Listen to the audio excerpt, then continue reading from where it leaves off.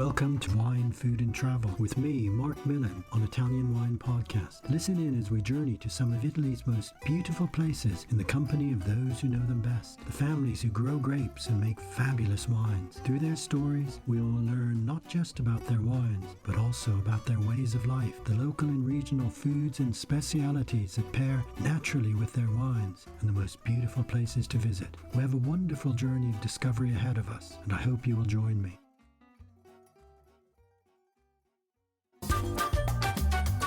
This episode is proudly sponsored by Vivino, the world's largest online wine marketplace. The Vivino app makes it easy to choose wine. Enjoy expert team support, door-to-door delivery, and honest wine reviews to help you choose the perfect wine for every occasion. Vivino. Download the app on Apple or Android and discover an easier way to choose wine.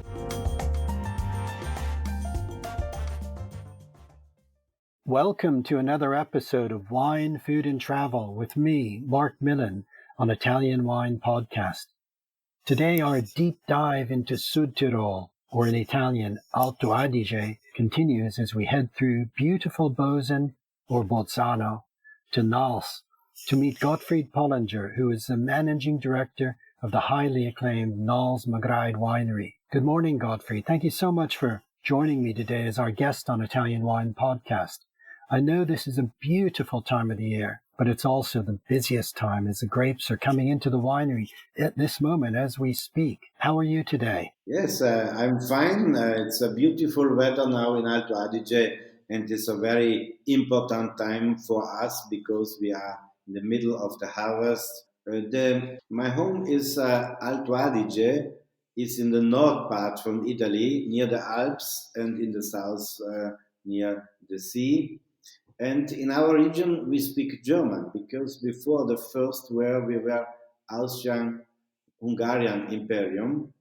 And so in our region, we speak the German, and my name is Gottfried Pollinger. It is such a fascinating history, this history of Sud Tirol, which was part of Austria for literally centuries. And grapes have been grown in Sud Tirol for, well, I guess since Roman times or maybe even earlier. It's certainly, I consider it one of the most beautiful wine regions, not just in Italy, but in the world. Can you describe for our listeners where you are and tell us something of the history of the Nals Magried winery? Yes, the history, Nals Magried was founded in 1932 and before was a private winery was the Campi estate, and the history is right back into 1764, and so we have a history for 400 years. In the 1932, 28 Roma has founded the winery Nals, and since 1985 we have a cooperation with the winery from Magried, and so it's founded the name of the brand of our winery, Nals Magried. Today, actually, we have 138 Weingroma family cultivate around 160 hectares of vineyards. I think our vineyards are unique in terms of variety, location, and climate. They are located in 14 different wine-growing areas in South Tyrol, at altitude from 200 to 900 meters. And each area has the soils and the microclimates. And so is the focus for Nals Magried to produce wine from terroir character from the region. We produce 70% white wine and 30% red wine. And this is very important to say that Nals Magried have a history for white wine, and I think our region is very famous for white wine producing. Well, that's really interesting to know the lengthy history of the winery and also the two wineries combining, Nals and Magried. These are separate valleys, is that correct? Yes, the brand is unique, Nals Magried, but the vinification and the headquarter is situated in Nals. We have 10 years ago, we have make a new winery, very modern winery, all in gravity. And so all the grapes come here for vinification in Alps. We have a small enoteca in Margriet, in the building from in the Tenuta Baron Salvadori, but no vinification. We have in 14 different regions our vineyards, and that's unique in Alto Adige. We start in the north near Merano and near the Alps, very high mountains, I think 4,000 meters. And then during the wine road, on the right part of the River Adige, we have our vineyards. So you mentioned the wine road. This is one of the most beautiful wine roads in the country, the Südtiroler Weinstraße. That's extending up the valleys. Is that right? Many of our listeners will want to come to the area and follow the wine road to see this beautiful wine country. Yes, I think the country Alto Adige is very famous for wine producing, and especially now in this time, it's very warm in all right around the world, and so it's very good for wine producing. We go on the hill from 200, and now we arrive just 900 meters. My goodness, that's quite a range. And I guess, we've got different soils in the different vineyards. We're talking about the 14. Yes, we have a 14 region, and the focus is to produce the right grape have the right terroir. An example, in the city of Bolzano, we produce our Lagrein. It's very a hot region, and the soils is sandy porphyry.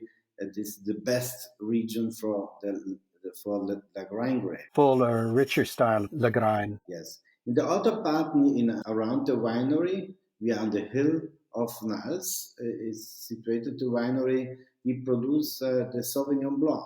The Sauvignon Blanc, we have here the 70% limestone, and from the Dolomites, and 30% porphyry.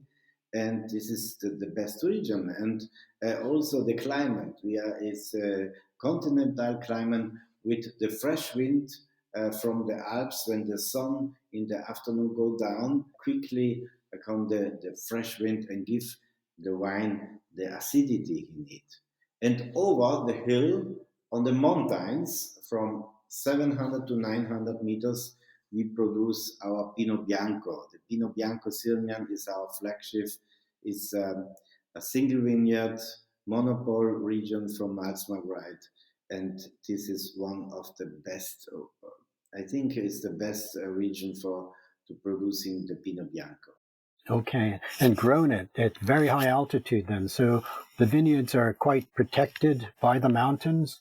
Yes, it's the mountains. It's the Austria is the outer part, and it's more the continental climate. And in our region, we have also the influence from the south, the maritime climate, and so it's a mix. And this is the best climate for producing our white wines. So that maritime climate is the warmth coming up from Lago di Garda? Yes, we have an example in Margriet in the south. We produce the Chardonnay, the Pinot Grigio, also Merlot and Cabernet, and this is a very different climate. We have in Lac di Garda, the wind is coming. The name is Ora in the afternoon, and bring the wind, not the cold wind, more the warm wind, and this is good for the grape Chardonnay and Pinot Grigio. It's very different climate from Nals to Margriet. Nals with the continental climate, with the fresh wind, with the high acidity, with the very the crispy grapes, and the other side in the south is more the warm climate, larger the vine.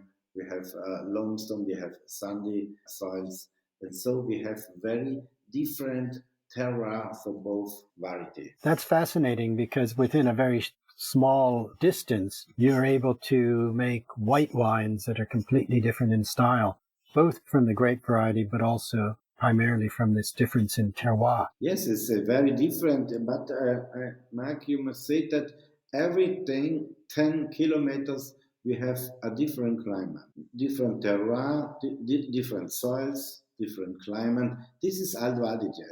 It's just a garden, very small region, very small cruise, and so it's possible to produce the different wine in the best quality.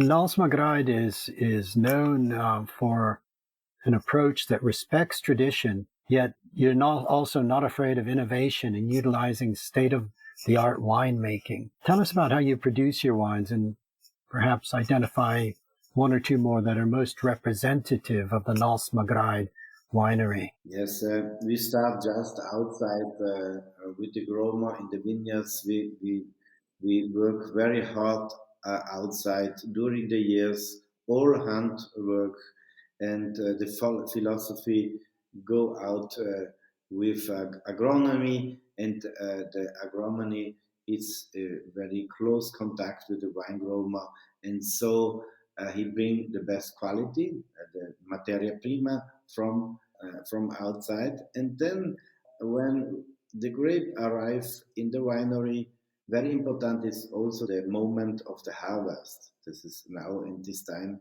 it's harvest time, and then it's just one day before or when day after is just a big difference. And this now the wine grower receives the message. An example for the Pinot Bianco, we must bring the grape tomorrow at 10 o'clock, no later and not before. And then we harvest in the morning because then the grape is cold, it's not too hot, and then stop at lunch. And in the afternoon we start the fermentation and the vinification of the grapes. And so it's all in gravity. The grape go down from different half steps and then enter the press, slow, very soft press, and then the wine enter in the steel tanks.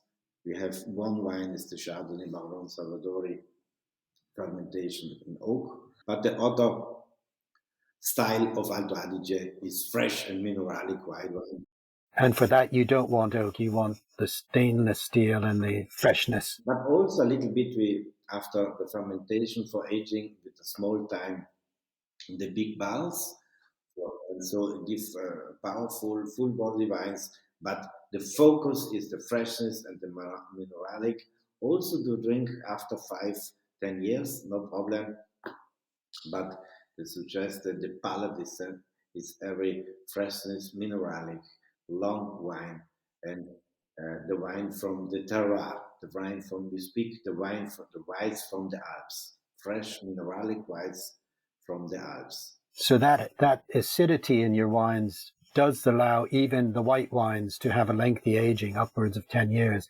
I think that's very interesting. I like wines that can evolve in the bottle when they have that freshness to keep them exciting. Yes, an example, our flagship is the Pinot Bianco Sirmian. Sirmian is a very famous brand. It's a crew, it's a single vineyard, in total 15 hectares of the region Sirmian. And we have a history for 200 years. Just we start to plant the Pinot Bianco on the hill of Sirmian, and the harvest very late. We start, an example, with the Chardonnay Marguerite in 25 of August, and the Sirmian at the end of October. It's more than 1 month later. And so the climate is characteristic with the autumns, with the warm days, like 25 degrees, but in the night go down degrees, we have only 8, maximum 10 degrees. And so the grapes is very concentration, very fruity, with a good smell just, and then the wine, the Sirmian, have the character for the terroir, for the region Sirmian.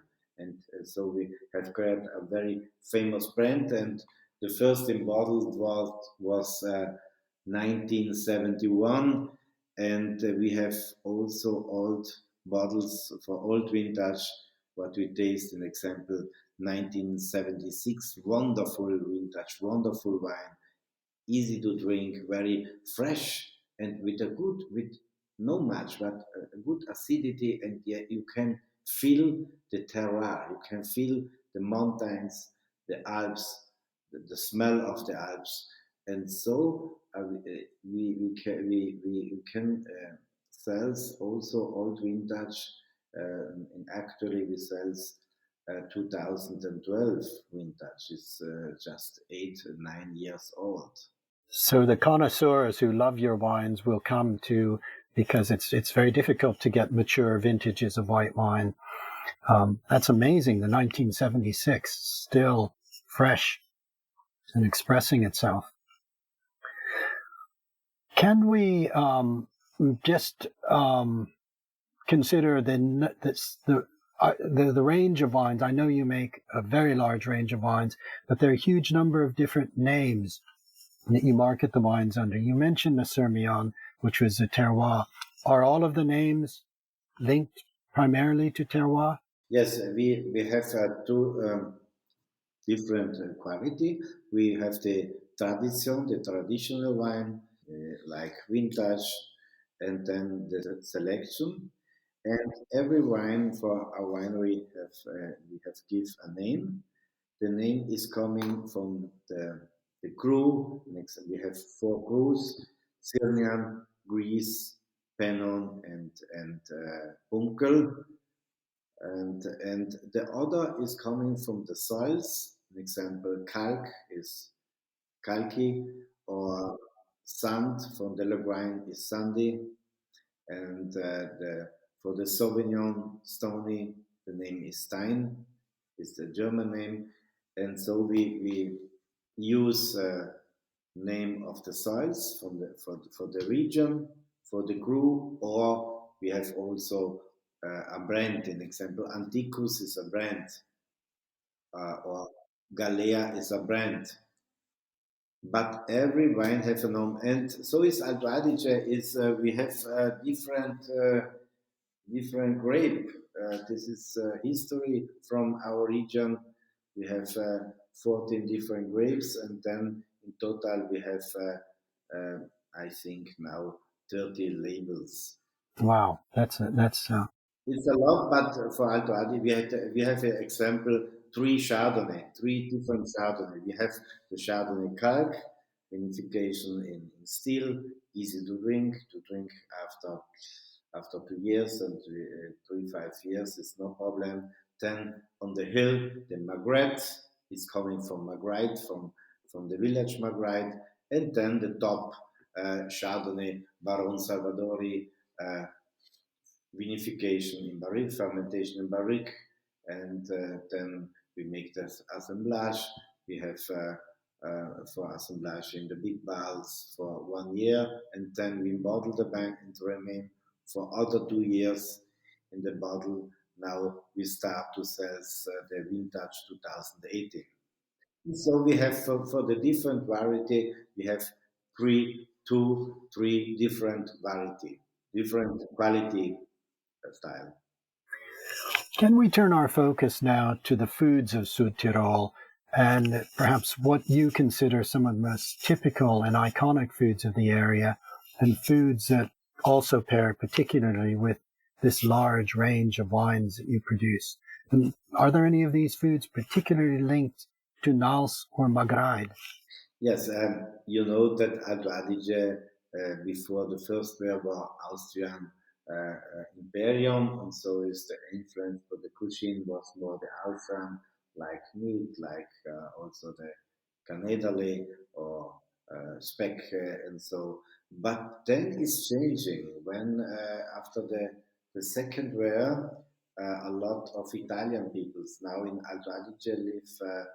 70% German, and 30% is Italian languages, especially in the cut down Bolzano lives more Italian people, and so it's coming also for the food, the experience, the influence from the Italian cuisine, and this is very good and very positive also for the tourists is coming in Alto Adige to visit us because the cuisine is in the high level, in the highest level, and a lot of influence of Italian flair. That's actually really fascinating because we think of Südtirol as primarily the Austrian foods. Uh, but I think when I've traveled in the area, it is that exciting blend of the Austrian flavors with the Italian cooking methods, some of the pasta, but with the Südtirol ingredients. And it does make for a really, really exciting cuisine. It's one of the things that I would urge our listeners to discover when they visit the area. I think I confirmed this. We have very good restaurant with high levels, and you young cooker and very go to the quality, not the quantity, but the quality. Small restaurants and every restaurant is different, but in general we can speak for good Italian cuisine with influence from Austria for, for the tradition, for the history. And I think it's good. So, and so also the wine is it's similar. It's not. We are the northest part from Italy and the southest of Germany. See, I think Bolzano. I said it is the northest city of Italy and the south from Germany, German speaking. Yeah, that's really interesting thinking of that thoroughfare that goes up through the Brenner Pass to Innsbruck and Bavaria, and reminding our listeners that it's only a few hours to Austria, Germany, and indeed many people are traveling down that corridor, both tourists as well as business. And so you asked me for the dishes, for the wine, an example for the Pinot Bianco Sirmian. I can use it with pasta, also with first dishes, and with yeah, and also with the fish from the lake, an example. You can use it. And then the Schiava Galea is the other wine we produce in the near the city in the region Santa Maddalena. The Schiava is a autochthon grape. We use it with beef, with also with when you consider to drink fresh with fish. You can the fish from the river. You can use the Schiava Galea, and so the Sauvignon Blanc, the Mantele, the single vineyard Mantele, we have planted around the winery with risotto with mushroom, or the Lagrein. Lagrein is with the game dishes. So it's our wine is actually very, because our wine is not strong. We are not Barolo, we are not Brunello or Nero d'Avola. Our red wine, it's the focus is fruity, elegant, easy to drink, and so it's very trendy for also for the international cuisine, not also for the local cuisine, but also with the Asian cuisine. He like this style of wine because it's powerful but not too strong and very soft, round with the freshness, with the crispies, with salad. This is it's very interesting for the consumer. And the red wine, no too much oak, no powerful wine, no too strong wine, soft round wine. Also the our Pinot Noir or the Lagrein or also the Cabernets and Merlot, very soft and round. This is the style of our winery. It's wonderful with this large range that you can have a wine to accompany virtually anything. Now, finally, for our listeners, could you perhaps recommend a local restaurant? Yes, we have a lot of restaurants. My favorite is two restaurants. Is Overnights in the region of Sirmian, and the name is Jägerhof, Jägerhof, Jägerhof, and the other is Sankt is Apollonia. And the name is coming from the church. It's on the hill. It's a small church. It's a history for 400 years. And two very close to restaurant, and both have a different cuisine. The Apollonia more the location cuisine, the dishes from the location. He need also the for the neighbor the vegetables every day, and the other is more the international style, more the international cuisine, the high level, and both very famous to consider both restaurants in big, two different cuisine. Perfect. That's wonderful. I'm sure our listeners will be trying to find them and sample the foods as well as the wines of Nals Magraid. Gottfried, it's been a real pleasure talking to you. I look forward to visiting. Yes, and I hope, Mark, you visit me the next time, and we taste new wines. We have a new, big, top Alto Adige, and the name is Nama. It's a new project. It's the essence from Nals Magraid. Small production, only 2,000 bottles. It's a blend of of Nals. The name is Nals and Nals Magraid, and it's a big project. And also, I think is the philosophy is the wine style for the future, for morning, for the Alto Adige wine producing. Wonderful. It would be a real pleasure to taste that with you. Thank you, Mark, also for your time, and thank you for always. If you have questions, please let me know. I will do. Thank you very much, Gottfried. And let me wish you all the best for the 2021 harvest. Thank you. Thank you. Now it's perfectly, I think also in the next day we have a good weather, and the winemaker is very happy for this vintage, and we need this, and we hope you can taste the wine and you can drink the wine. Thank you. Thank you very much, and bye-bye for now. Bye-bye. Thank you. Thank you. We hope you enjoyed today's episode of Wine, Food and Travel with me, Marc Millon, on Italian Wine Podcast. Please remember to like, share and subscribe right here or wherever you get your pods. Likewise, you can visit us at italianwinepodcast.com. Until next time, chin chin.